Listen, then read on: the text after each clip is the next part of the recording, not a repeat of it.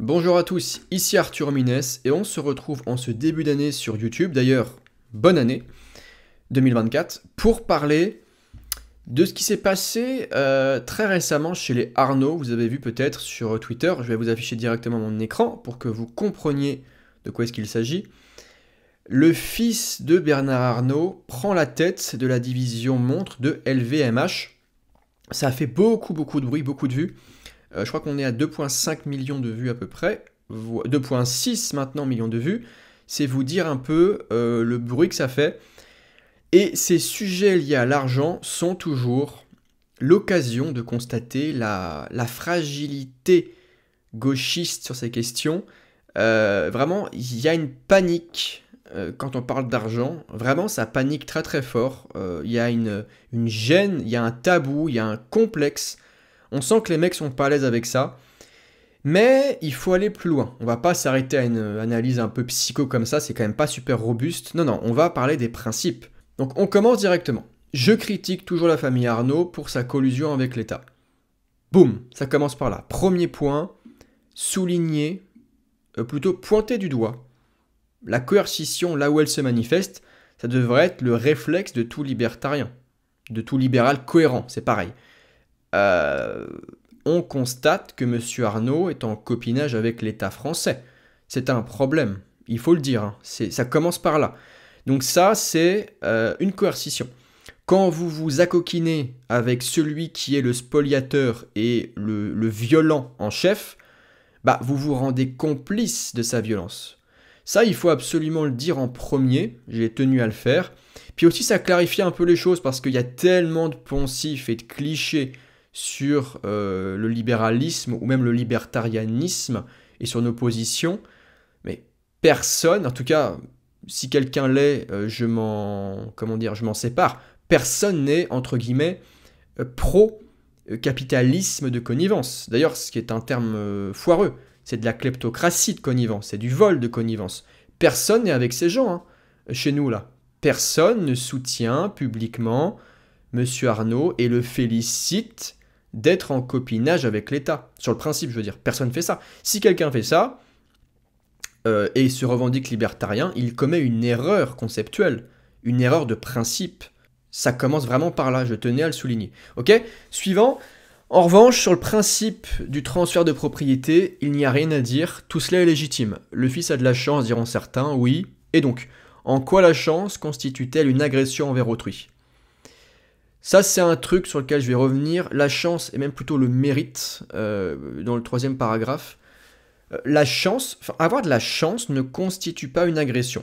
On fait vraiment du droit là, hein. S'il vous plaît, ceux qui ne connaissent pas très bien le libertarianisme, on ne fait que du droit. On ne fait que ça. Sur le plan du droit et de l'économie, par extension, ça va s'articuler avec. Mais là, je vous parle de droit. Hein, le transfert de propriété, c'est du droit. Sur ce plan-là, il n'y a pas la moindre agression qui est commise. Et c'est tout en fait, ça s'arrête là. Et vous voyez que tout de suite, on s'extrait, on s'extirpe du côté très moralisateur, anti-riche, un peu pavlovien, de cette panique française socialisante. On s'en extrait, c'est pas le sujet. Si vous avez des problèmes avec l'argent sur le plan affectif, bah c'est un autre sujet, j'en suis désolé. J'espère que vous allez vous en guérir, vous en soigner, c'est triste. Ça génère des réactions qui vraiment font de la peine. Mais sur le plan du droit, il n'y a strictement rien à en dire. Ok ? Ma richesse n'est pas ta misère, c'est ce que les marxistes mentaux ne veulent pas entendre. Le riche ne vole pas le pauvre. Au contraire, le pauvre qui veut devenir riche devra rendre des services aux autres. Là, pur principe d'économie, le marché est un espace social de jeu à somme non nulle. Tout échange suppose consentement mutuel, volontarisme, et donc ça veut dire que chacun des protagonistes a estimé qu'il valait mieux échanger plutôt que de ne pas le faire. On agit et on échange. Donc là, on rentre directement pareil dans les principes, hein. Praxéologie, action humaine, l'homme agit. Ok ? On agit et donc on échange par extension parce qu'on estime que c'est notre meilleure option à un instant T. Et dans cette optique-là, et c'est pour ça que je le marque d'ailleurs, même celui que vous considérez comme pauvre, qui reste un terme un petit peu arbitraire et confus, Moi, je vais être extrêmement pauvre pour certains, quasiment à la rue, quoi, mais très riche pour d'autres. Il y a toujours cette médiane, quoi. L'idée est simplement que celui qui est désargenté, qui n'a pas de ressources, peu de ressources, peu de richesses, a tout intérêt à rendre des services, à faire des profits pour s'enrichir. Et donc, il a intérêt à participer à ces jeux à somme non nulle, à ces échanges gagnants-gagnants. Donc le mythe enfin plutôt le mensonge, c'est un meilleur mot. Le mensonge du gâteau et des parts de gâteau, en 2024, ça devient très très compliqué là. Je veux dire, en termes d'inculture économique, là, c'est quand même très très surprenant. Donc non, il n'y a pas de part de gâteau. Il n'y a pas de part de gâteau. Il y a une extension continue du capital. Il n'y a pas des richesses que certains s'accaparent au détriment des autres. Non, puisque par définition, un échange est gagnant-gagnant, personne ne peut perdre. Et donc ça veut dire en fait aussi qu'à la fin, le riche n'a volé personne et sa richesse n'est pas une richesse qui aurait dû profiter aux autres. Non, non, non, non. Ce sont les autres qui lui ont permis de s'enrichir, qui lui ont accordé sa richesse. Quand un capitaliste s'acoquine avec l'État et se fait kleptocrate à ses côtés, là oui, il faut le pointer du doigt, là on entre effectivement dans la triche, dans la spoliation, dans l'accord de privilège, tout ça c'est poubelle, mais ça n'est pas ce que je disais là. Dans ce paragraphe-là, je parle de la mécanique, comment marche l'économie. D'accord ? Par-dessus ça, on a un phénomène de kleptocratie qui s'installe, qui lui est à dénoncer, mais qui s'extrait, qui sort de ce champ. C'est autre chose. Il y a les moyens économiques, ok ? C'est ça les moyens économiques, c'est ce que je vous ai décrit. Et il y a les moyens politiques. Et les moyens politiques, on ne fait que les critiquer en tant que libertarien. D'ailleurs, on est les seuls à produire une critique méthodique contre l'État. Ok, donc sur ça, c'était vraiment les bases de l'économie. Troisième paragraphe, existe aussi la notion de mérite, ça n'a aucun sens économique, ni rien d'objectif. Quand commence le mérite? Quand s'arrête-t-il? Dans quel contexte? On tombe toujours dans l'arbitraire. Le mérite, si vous voulez, on n'a jamais besoin d'en parler ou de s'en revendiquer, ou ce que vous voulez, pour décrire les phénomènes socio-économiques. On n'a pas besoin du mot pour décrire la réalité. Le mérite, en fait, c'est toujours revendiqué par ceux qui ont besoin de prétextes pour voler les autres. La gauche parle du mérite notamment parce qu'elle souhaite voler les gens qu'elle estime peu méritants pour redistribuer à ceux qu'elle estime méritants pour se constituer un électorat fidèle. Les gens assimilés à méritants et à qui on fait entrer dans la tête l'idée qu'ils sont volés par les autres seront tentés d'aller voter pour les partis qui leur promettent plus d'argent, qui leur promettent une juste redistribution. Le mérite sert donc de ciment argumentatif à certains partis politiques. C'est une excuse, un prétexte. C'est l'occasion d'agiter les mensonges, de les répandre même, et d'agrandir sa base électorale ou au moins de la solidifier.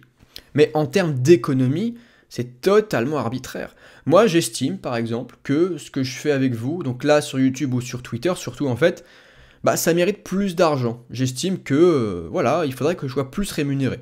Ok ? C'est comme ça, je le mérite. Je le mérite parce que c'est une discipline qui n'est pas enseignée dans ce pays. Le libertarianisme, c'est aux abonnés absents. On est un peu, on est 3, 4, 5, 6 à faire le travail, quoi, quasiment. Enfin, littéralement, quoi. Il n'y a personne qui fait le taf dans ce pays à ce niveau-là. Donc j'estime que je devrais avoir plus d'argent. Je le mérite, c'est tout. Je le mérite. Voilà. C'est vachement intéressant, si vous voulez, comme notion, là. Qu'est-ce qu'on dit avec ça? On ne dit strictement rien en économie. Le mérite va toujours servir les discours étatiques, utilitaristes, et il va justifier, il sert, comme je l'ai dit, de justification à l'intervention d'État et à sa redistribution. Concrètement, c'est comme ça que ça finit à chaque fois, évidemment. Par la spoliation des uns sur les autres et par la redistribution parfaitement arbitraire des richesses produites. Donc vraiment, cette notion existe. Vous ne me voyez jamais l'utiliser sur X, ou sur Twitter du coup, voilà. Jamais.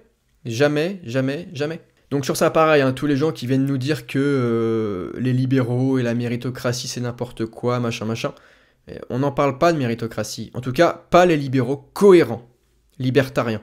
Peut-être les libéraux tout mous, hein, les libéraux un peu en fait social-démocrates, hein, n'est-ce pas? Libéraux macrono-compatibles. Ok, peut-être qu'ils en parlent, ça je dis pas le contraire. Moi j'en parle pas, jamais. Ça n'a pas de sens. Pourquoi est-ce que j'en parlerais?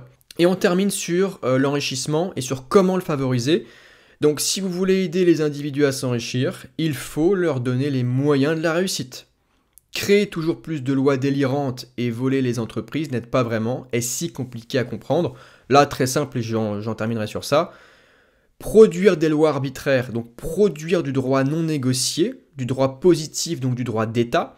Quand on dit droit positif, pour les nouveaux qui me découvriraient ou pour les, on va dire, ceux qui n'ont plus trop l'habitude ou qui voilà, sont encore un peu flous avec le libertarianisme, droit positif, justement, c'est pas positif, dans le sens... c'est pas amélioratif, c'est pas une bonne chose si vous voulez. Non, non, droit positif, ça veut dire du droit produit ex nihilo, à partir de rien, par une entité supra-individuelle coercitive, en l'occurrence l'État. C'est du droit qui est vraiment produit, créé par le législateur pour nous imposer tout un tas de trucs qu'on n'a jamais négocié et consenti. C'est imposé à tous. Par extension, il y a le droit négocié, le droit privé, qui lui-même dérive en fait du droit naturel. Tout ce qui est contrat, privé, donc même si dans ce pays à chaque fois l'État s'en mêle, mais je veux dire, sur le principe, vraiment le principe fondamental du contrat privé, c'est un dérivé du droit naturel, donc du respect, si vous voulez, à la propriété privée, donc principe de non-agression et tout un tas d'accords volontaires librement consentis, signés par les protagonistes. Ce droit-là n'est pas un droit créé arbitrairement par une entité supérieure, vous le voyez bien. Enfin, vous comprenez ce que je vais vous dire. C'est bien du droit qui est négocié entre parties consentantes, qui s'accordent, si vous voulez, sur certains éléments. Donc c'est vraiment antagoniste, droit naturel, et donc droit privé ensuite, qui s'exerce entre individus, et puis droit positif, droit d'État. Tout ce droit d'État, et notamment les lois toutes plus délirantes les unes que les autres, et la fiscalité qui vient souvent les accompagner, pour voler les entreprises, ça n'aide pas du tout les producteurs de richesse. Au contraire, ça les enferme, ça les étouffe. Et d'ailleurs, la figure du patron TPE-PME dans ce pays est totalement sous l'eau. C'est terrible, ceux qui viennent de ces milieux-là, ou qui connaissent en tout cas des gens qui travaillent là-dedans, c'est très compliqué. Ils sont littéralement pris à la gorge par l'État. Et pour rappel, à chaque fois, la richesse qui est accaparée par l'État, donc qui est volée à celui qui produit, ne revient jamais. Le capital détruit est détruit pour toujours.